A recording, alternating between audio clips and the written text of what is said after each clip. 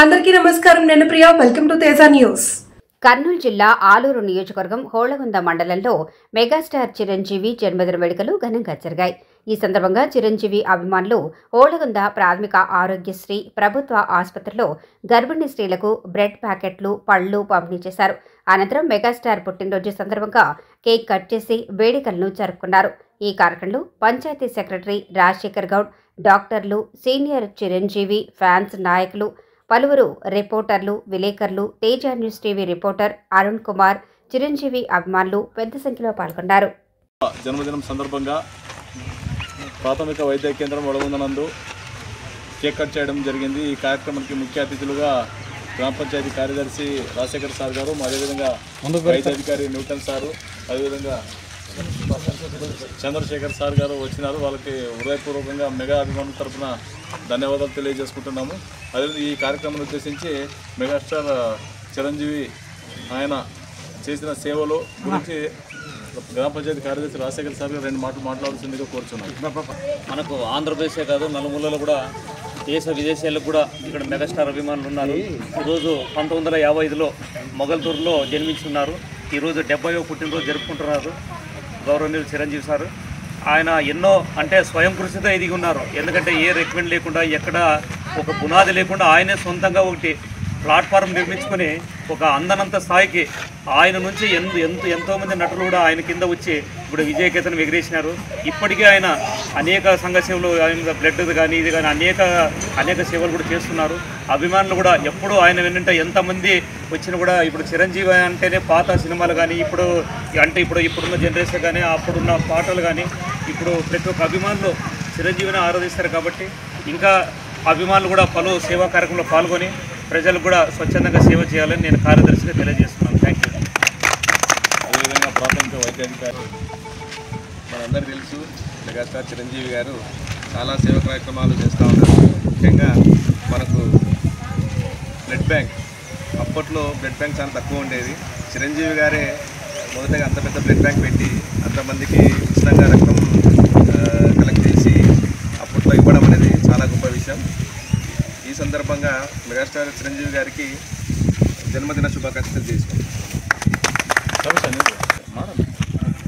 అదేవిధంగా ఈరోజు గత సంవత్సరము చిరంజీవి గారి వీర అభిమాని ఫజల్ రెహమాన్ గారు ప్రాణాలు అర్పించడం చనిపోవడం జరిగింది.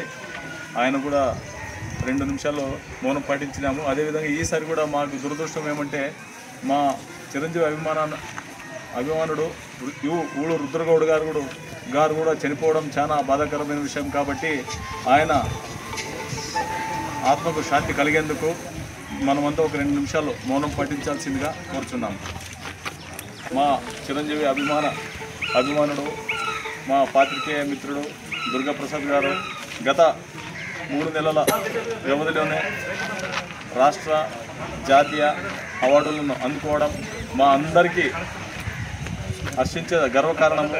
అదేవిధంగా ఆయనని ఇంకా ఉన్నత శిఖరాలకు ఎదుగుతూ ఇంకా మంచి అవార్డులు పొందాలని చిరంజీవి అభిమానుల అందరి తరఫున ఒక చిరు సన్మానాన్ని ఏర్పాటు చేయడం జరిగింది. ఆయనకు పూలహారం శాల్వతో చిరంజీవి అభిమానులు సన్మానించాల్సిందిగా కోరుతున్నాం.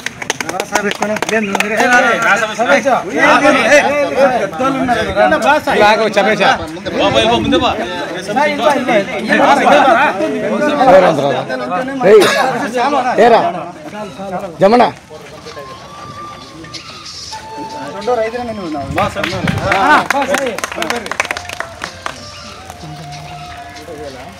ఇట్లా పట్టుకొని ఫోటోలు ఇట్లా కొడతాం. వస్తాను వీడియో ఉంది.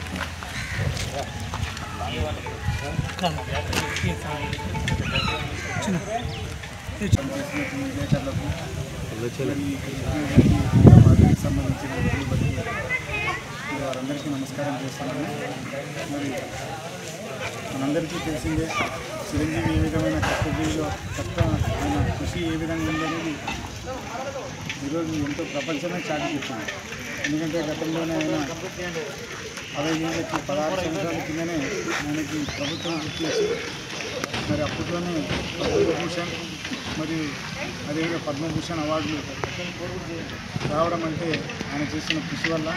అప్పుడు రక్తదానం లేని సమయంలో అవేర్నెస్ కార్యక్రమాన్ని తీసుకొని వచ్చి రక్తం ద్వారా ఎవరికి ఇవ్వచ్చు, ఎవరికి లేదు, ఏ విధంగా ఇవ్వచ్చు అనే దాన్ని ఒక అవేర్నెస్ ప్రోగ్రాం చేసి తన కష్టార్జితంతో మరి హైదరాబాద్లో జూబ్లీ హిల్స్ చెక్ పోస్ట్ దగ్గర దరిదాపు రక్తదాన శిబిరాన్ని ఆయన ఎంతోమంది ఏర్పాటు చేసి ఈరోజు రాష్ట్ర మూలాలే కాదు దేశం మొత్తం మీద చిరంజీవి చారిటబుల్ ట్రస్ట్ నుండి ప్రతి ఒక్క గ్రామంలోనూ ప్రతి ఒక్క చోటు కూడా రక్తాన్ని సరఫరా చేస్తున్నారు.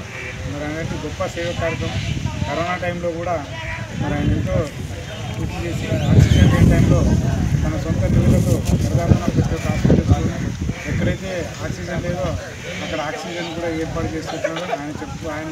ఆయన గురించి చెప్పుకుంటూ పోతే ఆయన గురించి ఒక పుస్తకమే చాలదు. అలాంటి గొప్ప సేవాభావులు అలాంటి వారి అడుగుజాడల్లో కూడా మేమందరూ కూడా నడుస్తున్నందుకు మా చిరంజీవి ఫ్యాక్టరీ మాకు కూడా అందరికీ గర్వకారణంగా ఉంది. మరి అదేవిధంగా మరి నాకు కూడా మరి నన్ను గుర్తించి నా సేవలు గుర్తించి మరి అదేవిధంగా రాష్ట్ర ప్రభుత్వం మరి అదేవిధంగా రాష్ట్ర ప్రభుత్వం నేషనల్ అలాంటి అవార్డ్స్ కూడా తీసుకోవడానికి మరి వాళ్ళతో కృషి చేసిన వాళ్ళకి ధన్యవాదాలు.